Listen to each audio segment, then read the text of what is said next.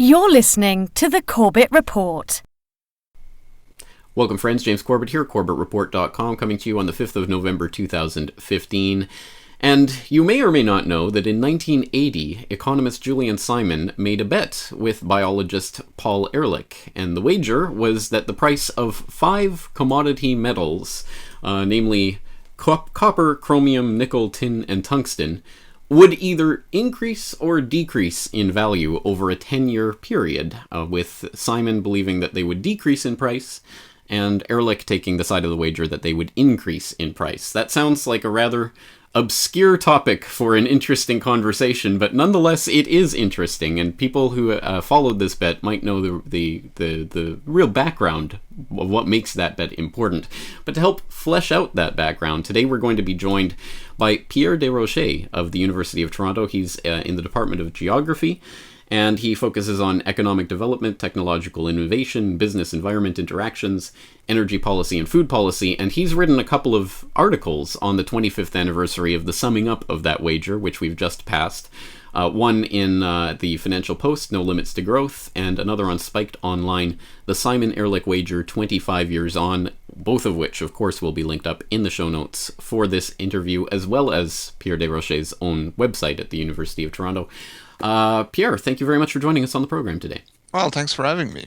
All right. Okay, well, I've at least introduced what the idea of this wager is, but I think we need a little bit of background to even begin to understand what the importance of this wager is. So hopefully my audience will already be familiar with Paul Ehrlich, because I've talked about him on the past in Corbett Report Radio episode, I believe 127, where we had Mark Morano talking about Paul Ehrlich and his repeated serial failed predictions, ridiculously, ominously failed predictions, but let's what's just introduce... really interesting about him is how successful he still is academically speaking. I mean, there's no penalty. Very fascinating. There's no feedback mechanism for bad predictions in academia for being wrong all of your career. No, I would venture to say there's a direct correlation between the over-the-topness of the prediction and the success of that prediction in the open market of ideas. And that's it's not correlated at all, apparently, to whether those predictions actually come true or not. But before we get into all of that, let's just set the table. Who was Julian Simon? Who was Paul Ehrlich? Why were they wagering on commodity prices?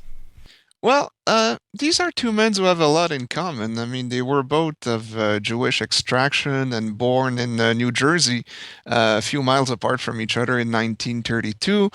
They both attended an Ivy League school. So Simon went to Harvard on an ROTC, so for non-Americans, that's a Reserve Officer Training Corps.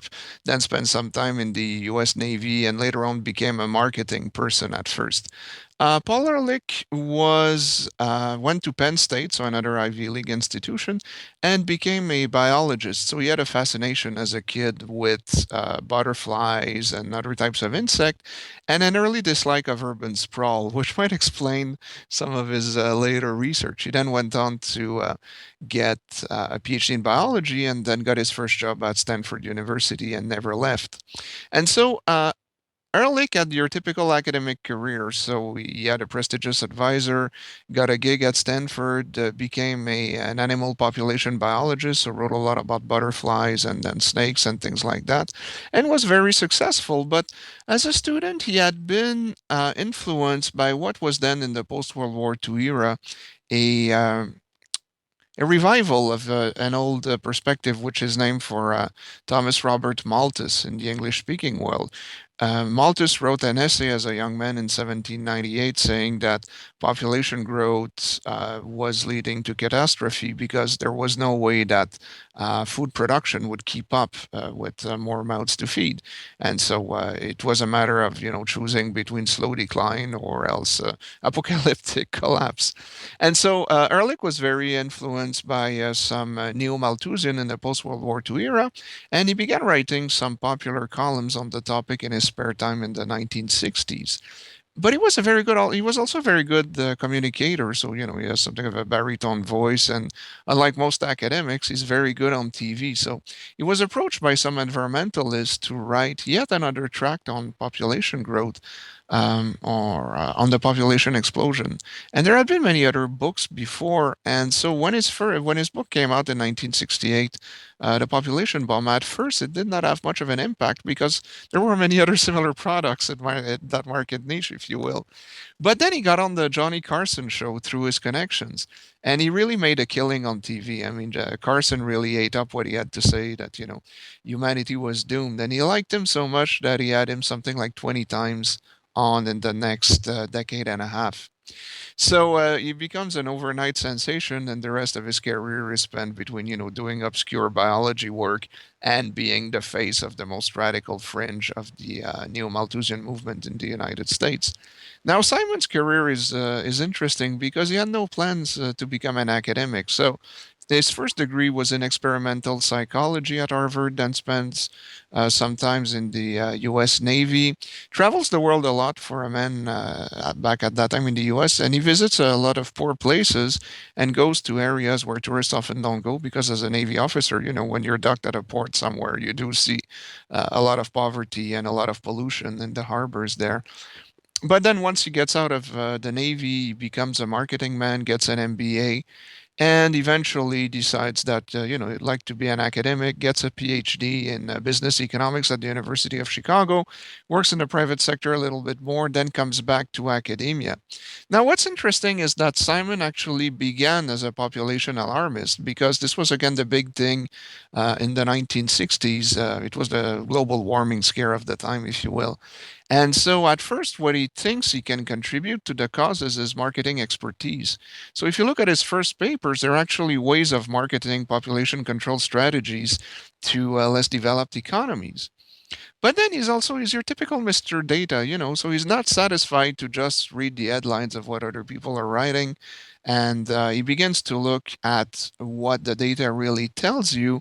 And he begins to doubt some of his belief because, yes, population is increasing, but standards of living are increasing even faster. And even in the places that he had visited in previous years as a young Navy officer, he sees significant progress. Places like Hong Kong, Singapore, which were supposed to be, basket case that would never amount to anything. And then, while he's still something of a population alarmist, he has a meeting in Washington, D.C. at the offices at USID to again promote population control.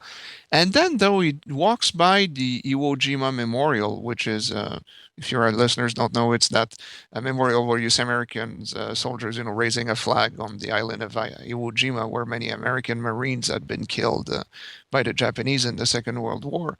And Simon remembers an homily that he had heard while he was in the Navy, where the priest or the rabbi, I don't want to say something stupid here, but some religious person says, wasn't Iwo Jima a tragedy? How many Michelangelo, Einstein, or Mozart were not born because they died, because either these persons died on Iwo Jima or their kids were not born or what have you. And so Simon has something of an epiphany. It's his road to Damascus moment. And he says, okay, how is that any different than what I'm doing? I mean, I'm preventing the next Einstein, Michelangelo, or Mozart from being born, or just a nice creative person who would be a joy to his family. What am I doing with my life? And so, doubts had been creeping in his mind for a little while. And so he goes back to the data and he realizes that if you look at the data with an open mind, it tells a completely different story than the likes of Paul Ehrlich. And he realizes that no, the more people, actually, the more humanity seems to be better off.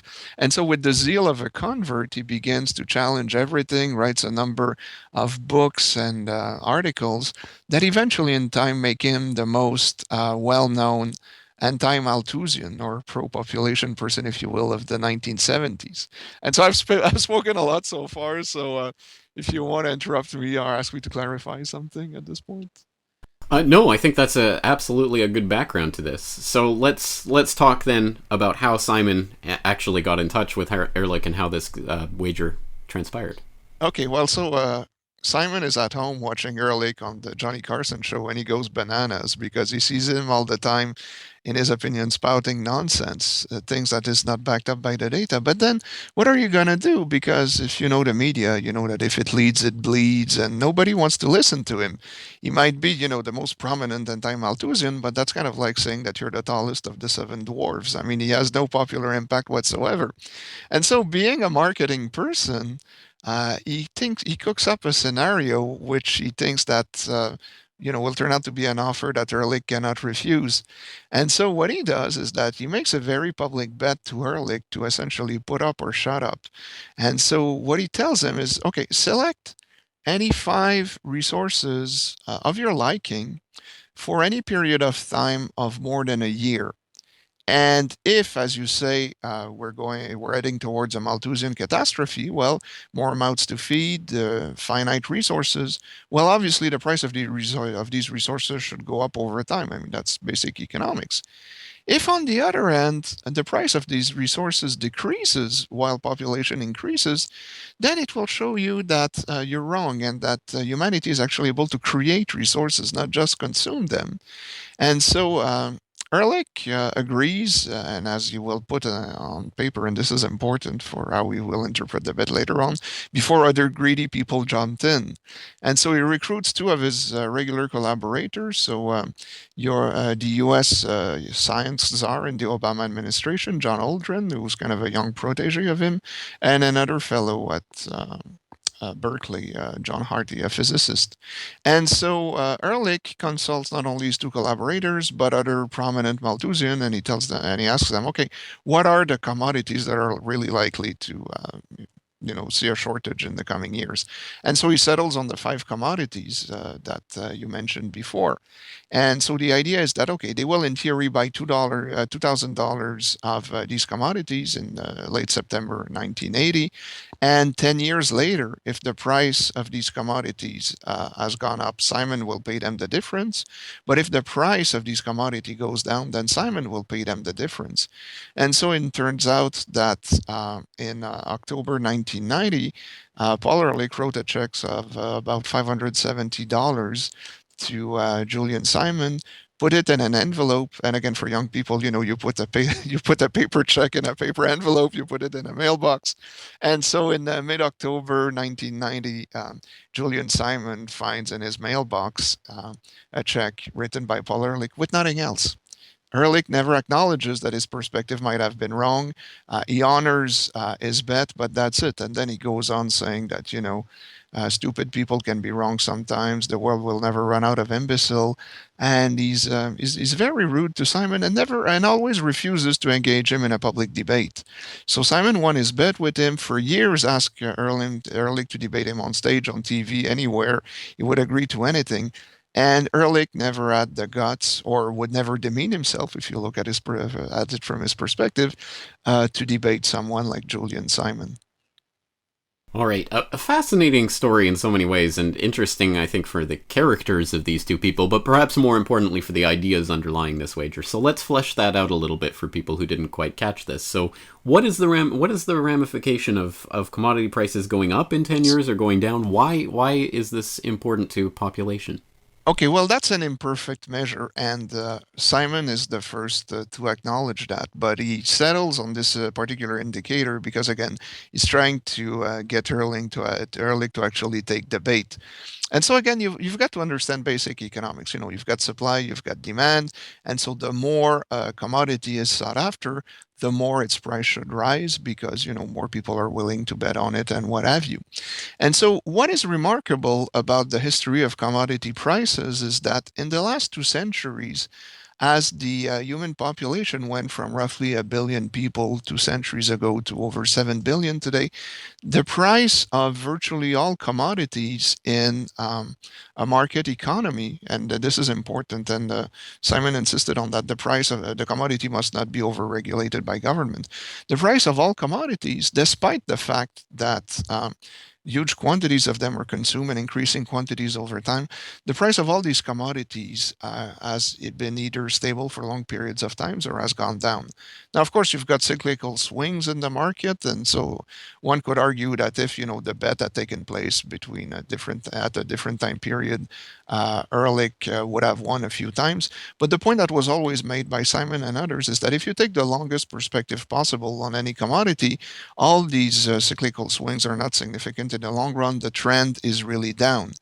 And what that means, in essence, is that resources, even the non-renewable ones, are not just a fixed amount of stuff that you have in the ground, but are created by the human brain.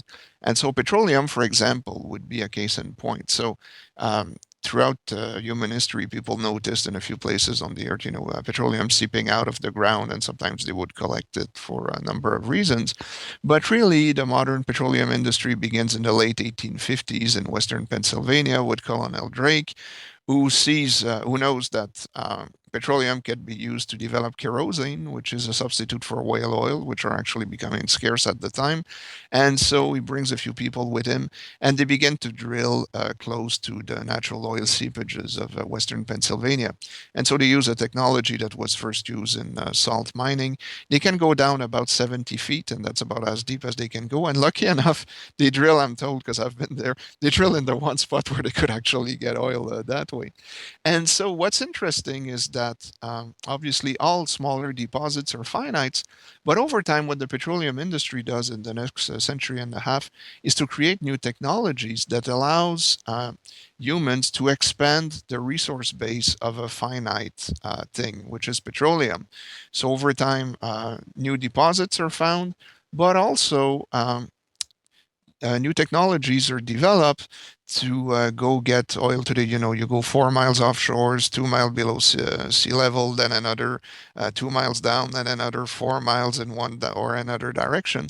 And the cost of getting oil that way is about the same as it was in the late 1850s, when with the primitive technologies of the time, you could only go about 70 feet underground. So I don't know if you'll show this image, but there is obviously a finite amount of petroleum on Earth. We don't know how much, but we first begin drilling for the most easily available resources. And then we expand over time with new technologies.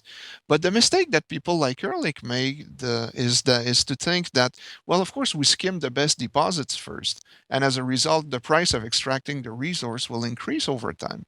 Whereas Simon and people of his mindset will point out, well, no, look at the historical data. The price is not going down, it's not only not going up, it's often going down. And that's because on the one hand, you've got the type of deposits that you have access to. On the other, you've got the new technologies to access those deposits. And what human history teaches us, even in the world of non-renewable resources, is that the human brain, our capacity to come up with new ideas, always more than make up for the fact that we're tapping into increasingly less interesting deposits. And so with new technologies, you can actually extract petroleum, which might seem more difficult to reach than previous deposits. You can access it more easily and extract it more profitably, or at least at a lower cost than before. And so you must always look at the kind of physical stuff that is around you, but you must never forget the capacity of the human brain to develop technologies to tap into those resources ever more efficiently, which is why Simon referred to the human brain as the ultimate resource.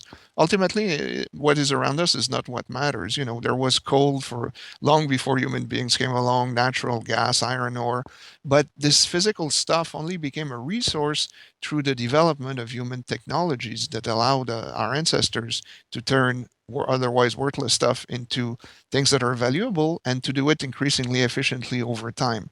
And in the context of a market economy, Simon and others will tell you, you've got a few things happening. You've got a feedback mechanism, which is the price system, which tells you that when the price of a resource temporarily goes up, there might be a war, there might be a shortage, there might be a new demand for a particular resource. Well, this tells people to look for more of the stuff, to use it ever more efficiently, and to develop substitute. And through the combination of these three forces triggered by the price mechanism, humanity has been able to expand its resource base. And after after almost 2 centuries of industrialization, we've never not only run out of theoretically depletable resources, we've got more resources than ever before. I like to think of the Ehrlich of the 19th century screaming from the rooftops, "Oh no, we're running out of whale blubber! How will we Exactly. how will we heat our homes? How will we have light? Oh no, we're all going to hell!" And the Simons of the 19th century pointing out, well, that sticky stuff that keeps bubbling Yeah. up out of the ground, that might be important in the future. And if I may just point out, Yes, if I can just point out a little thing about that, what many Americans don't realize, and if your listeners have not picked up on my accent, I'm French Canadian. It was actually a Canadian that first developed kerosene out of bitumen, a fellow named Abraham Gessner. He eventually moved to New York City, but I just want to point out that Canadians actually played a significant role in saving the And whales. like a true Canadian, you had to point that out. So, Of as a fellow course. Canadian, I understand the urge. Right. Although I didn't know that about kerosene. Interesting. All right. Well, of course, the point is that our lack of imagination can be a severe impediment to our ability to understand how the world is unfolding. And that's the point that I think Simon is pointing out. And it's a non-intuitive point. It's not immediately understandable in the way that someone like an Ehrlich getting up and saying, look, we're running out of this, therefore we're doomed, is Yes. immediately understandable and immediately appeals to people. But I think it's important to get to the underlying philosophy of Ehrlich, which, as I think you mentioned, goes back to Thomas Malthus. Or even before the, it's just that in the English-speaking world, Yes, Malthus is the exactly. best known. But the first modern Malthusian was actually an Italian Jesuit. So the current Pope is a Jesuit, so the apple didn't fall too far from the tree for that. But yes, the point is that, the problem with Malthus, and the name of the previous fellow was Botero, but the point is that they view the world and they view resources as a finite pie. And so, how do you deal with a finite pie? The less people you have, the bigger the share for each individual, right? Or at least that's their thinking. The problem that, and of course, someone like Simon will view the resources rather like a garden. It's not only that you can plant more stuff, but you can expand your garden over time and grow ever more things. But the problem with Malthusianism or the vision of Ehrlich is that if you buy into their vision, really sustainable development is impossible. And that's because, if resources are truly finite in any meaningful way, there's no point saving resources for the future because at some point you're going to run out of stuff. So you might as well just have a big party and die out in style rather than save for the future. The only logical thing that you can see if you're a true Malthusian, we must learn to live within the limits of renewable resources, which is why, they always claim that there are way too many people on Earth. And one of the recent advisors to the Pope, for example, on this issue of climate change, is on the record as saying that there shouldn't be more than 1 billion people on Earth rather than 7 billion. And again, this is this whole finite pie mentality, and the Earth cannot support us without understanding, again, that what really makes us human is ultimately our brains, which allow us to create new technologies. And we create technologies by combining existing things in new ways. So not only are we never run out of ideas because you can reproduce them indefinitely, but because you can combine things in ever more ways, you can the supply of ideas is bound to grow exponentially over time. And the other things that makes us human, that a biologist like Ehrlich never understands, is that we trade. We exchange physical goods with other species, and no other animal species does that. And so we can actually expand our resource base by through the division of labor. 100 people specializing in what they do best, trading with each other, will produce a lot more stuff than 100 people trying to do everything themselves. And so the problem with a biologist like Ehrlich is that he always thinks in terms of carrying capacity. There can only be so many tigers in a given ecosystem. But as an economist that wrote that in 1879, I believe, and who Simon was fond of saying, pointed out a long time ago, the more jayhawks, the less chickens, while the more men, the more chickens.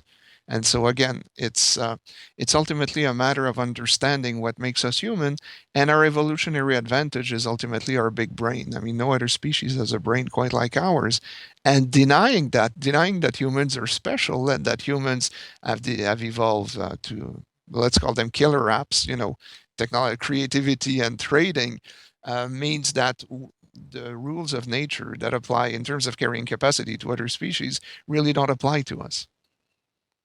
When you were introducing this idea, I thought it's we shouldn't be talking about petroleum because there's so much baggage with that in particular, but we can see it more clearly with something like copper or something most people don't Oh, have sure. an association with. But in fact, oil is the elephant in the room. Peak oil, post carbon Yeah. future. People are talking about this. It's the end of civilization. How does a non Malthusian, I don't know if there's a name for that, approach that issue? Well, I call it, I tried to replace the word Malthusianism by depletionism because, again, there were people who said that before Malthus. And the other school of thought, I like the word resourceship. I did not come up with it, but, the creation of resources. Well, again, what's interesting is that the historical record is very clear. The resourceship class or the resourceship group has been right for several centuries, and the depletionists have been wrong for several centuries. Now, how do you convey these thoughts to people who don't want to listen? Um, it's very difficult. That's why I was referring before to humanity's killer apps and the fact that we're different than other animals. Because in academia, a lot of depletionists come from the ranks of biology. There are people who study ecosystems. There are people who believe that animals and natures have rights that should be respected, and that humans are a species like any other. And what they're unwilling to admit is that, again, we've developed faculties and abilities that go beyond that. But to get back to petroleum, if I may, what is especially sad, in my opinion, is that these people are not willing to recognize the environmental benefits of petroleum. And what a lot of people don't realize today is that we mentioned the whales before. Well, petroleum saved the whales long before Greenpeace came along. But not only that, but fossil fuels, sorry, natural gas, coal, and petroleum had a number of significant environmental benefits. So, for example, when tractors, diesel powered tractors, or other things that are powered by petroleum products, replace workhorses or mules on American farms, you could suddenly free about a quarter of the food that was produced in the United States, because up to that point in time, up until maybe 1910, 1920, roughly a quarter of the agricultural land area in the United States was devoted to feeding work animals. And then with the development of plastic, synthetic pesticides, yields began to go up like they had never done before. And so today in Iowa, for example, on the same piece of land, you produce roughly 6, 7, or 8 times more corn than was the case a century ago. And so because ultimately, hydrocarbons or petroleum, natural gas, and coal are essentially the food of our machines, we've been able to stop extracting resources from the surface of the planet. We produce everything, from, fibers. My clothes have a significant amount of petroleum products in them. We've been able to replace work animals. We've increased agricultural yields. We've replaced woods with other things. And so by extracting resources from underground and substituting them to resources from above the surface, we've actually cleaned up a lot of the mess that our ancestors did in terms of land erosion, in terms of over harvesting wild resources, in terms of driving a number of animal species to extinction. And so again, if you objectively look at the data, there's more of us. We're wealthier than ever before. Our economies are more globalized and ever more dependent on non-local ecosystems. And every indicator of human being is remarkable. I mean, we live much longer than our ancestors. I mean, life expectancy in the United States around 1900 was still something like 45 years of age. Today, we're pushing on 80. There are a lot more of us than before. Again, human population has been multiplied by something like 7 in the last 2 centuries. And we're not only healthier, but our environment is also much better. And so this notion that we can have our economic cake and eat our environmental cake at the same time is something, again, that goes beyond the cognitive frame of most people. But once you understand the role of hydrocarbons, of human creativity, of trade, all of this begins to make sense. But people like Ehrlich, who made their whole career on the Malthusian vision, or if you have British listeners, I mean, David Attenborough is kind of hopeless in that way too. These people are too wedded to their ideas, and you cannot expect them to admit that they've wasted their they've wasted their adult lives promoting these ideas. But I hope that younger people who have never heard of these ideas, if they're introduced to them, will at least keep an open mind. So. Well, I think there are two types of people. People who say they would rather live like a 12th century peasant, and then people who are telling the truth. And, Exactly. I mean, it's one thing to talk about this in a theoretical way, but here we are enjoying the fruits of all of the labors of people who for centuries have been developing these technologies that make this conversation possible, if nothing else. Yes. I mean, all of these incredible technologies we now have access to. So that is something that is kind of the excluded factor that people often don't think about. And as I say, it's very easy to make the case for depletionism. It's much more difficult to make the case for resourceship.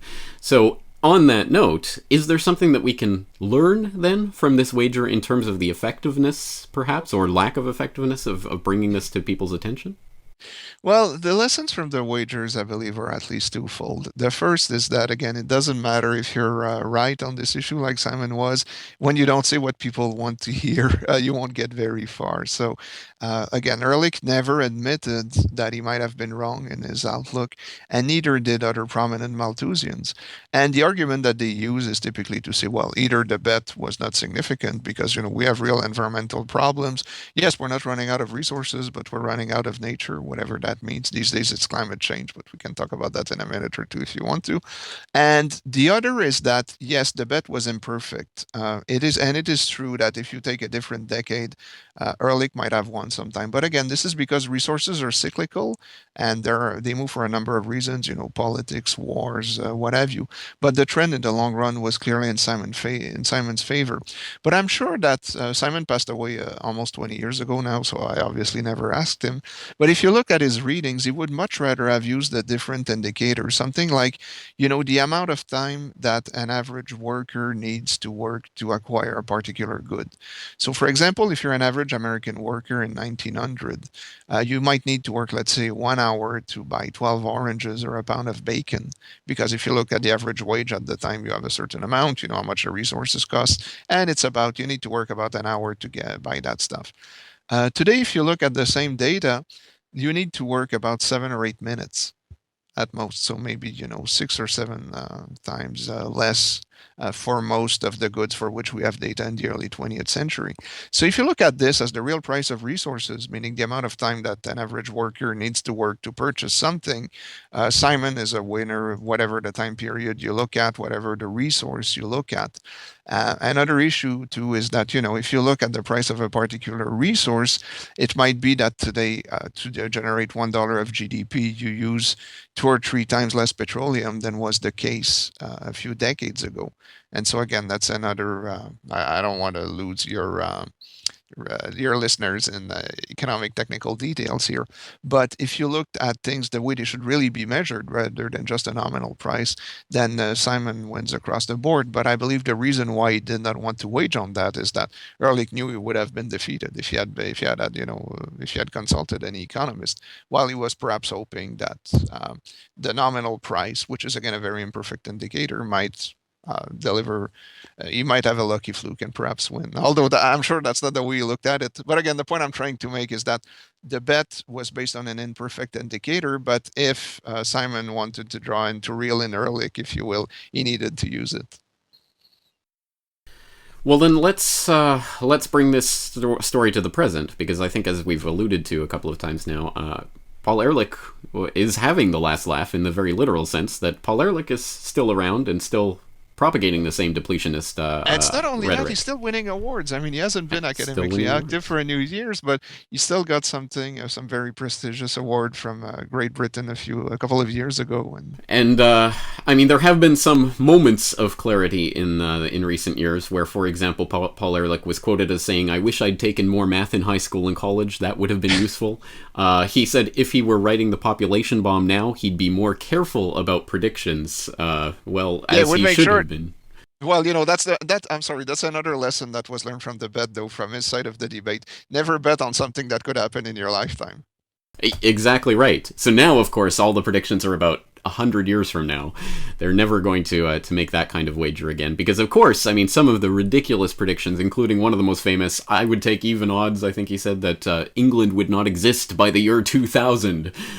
A little bit, maybe it's going to happen next year. Maybe it's going to collapse next year. So, again, yeah, it's unfortunate because, of course, Julian Simon passed away in 1998. Paul Ehrlich actually just appeared on the Australian ABC Q&A program. Did you see that just a few days ago? No, I missed that. But sometimes Q&A can be good. They did quite a job on another Canadian catastrophist, David Suzuki, a few months ago. So I don't know how it went with. I'll have to look that one up. But no, Paul Ehrlich was quoted as saying that I can't remember the exact figure, but it was something like a 90% chance that such and such a catastrophe is going to happen in the next And 10 people years are or still something. And listening. the host asked, why do you believe 90%? And he said, oh, it's a gut feeling. Okay, well, Oh, at least okay, he was a honest about that. specific statistical thing derived from your gut. All But right, for well, what I've been told by some of my colleagues is that he's apparently a very good, butterfly ecologist and snake ecologist. But again, the snakes and butterflies differ from humans, and somehow he's not able, I guess, to change his frame of mind when he look at those problems. all right, a lot more, I think, can be said, should be said, will be said, I'm sure, about these ideas. But just one other thing that I think we should tackle before we go. One of your articles here is called No Limits to Growth, which, of course, is a reference to the 1972 publication from the Club of Rome, Limits to Growth, which was a fellow traveler of Ehrlich, and I believe Ehrlich actually wrote a quote on the back of the book saying how this was constructing a preliminary model of the world in which all the assumptions and parameters are explicit and thus open to criticism and modification. Yes, they Can you were using explain? those fancy new tools known as computers, that carried a lot of weight at the time. Yes, Yeah, exactly. Computers, that'll never catch on, says the exactly. depletionist. But Yes. it just goes to show that, you always get the results that you build into your assumptions. And so that's exactly what happened. The thing that people don't remember today, or the younger people don't know, is that Ehrlich was but one of several voices. He was only the loudest and the most successful. But if you look at the overpopulation hysteria that took over, especially the English speaking world, beginning in 1948 with two bestsellers, and then all the way up to perhaps the late 1980s, there was a consensus. All the great scientific societies were on that side. Jimmy Carter in the United States was did not believe that there was an opposing case to be made. And I think the lesson that more optimistic people should take in that case, and perhaps apply it to our current situation, is that, Simon wrote an autobiography, which he didn't quite complete before he died, which was called Against the Grain. And so it was him and a few other people against the quote unquote scientific consensus on overpopulation. And he turned out to be right. And then, of course, once the overpopulation petard blew, if you will, then people switched to other things, including, global warming at first and catastrophic climate change. And again, today it's the same. The parallels are really striking. And often, what's interesting, if you look online, or if you look at one of the articles that you will link to, I've linked to videos of prominent climate activists today who say that, well, ultimately it's all about population growth still.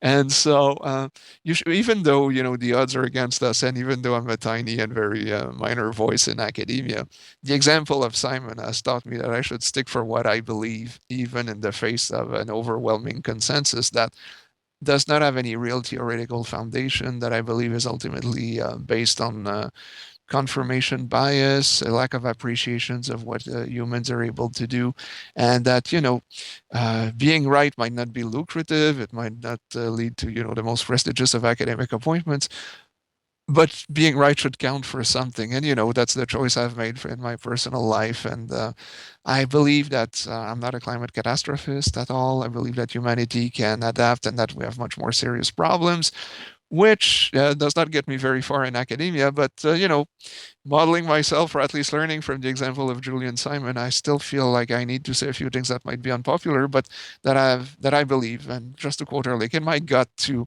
that I'll be proven right 10, 20 years from now. Well, just briefly, let's touch on that because that's an important point that people might gloss over. But in fact, there's the idea amongst the general public that anyone who denies the catastrophic climate change or overpopulation is clearly just funded by the oil companies and is in the pockets of them. When in And fact, to which I can only say, I wish. well, exactly. But in fact, it's quite the opposite. The pressure against someone in academia to talk about these issues from the resourceship viewpoint, it must be immense. No, it is, and what's a bit sad is that people view academia as a as a peer-reviewed institution where only the best ideas eventually emerge. It's true for a number of disciplines, uh, but there is also, it's like everything else. Academia is ultimately a club, and on some issues, unfortunately, and we've had ClimateGate and other evidence of this. Sometimes the club that takes control of a particular subdiscipline will be able to game the system. And as you say, it's amazing that so many people believe that oil companies give money to deniers. They give a lot more money to, research centers that look into global warming.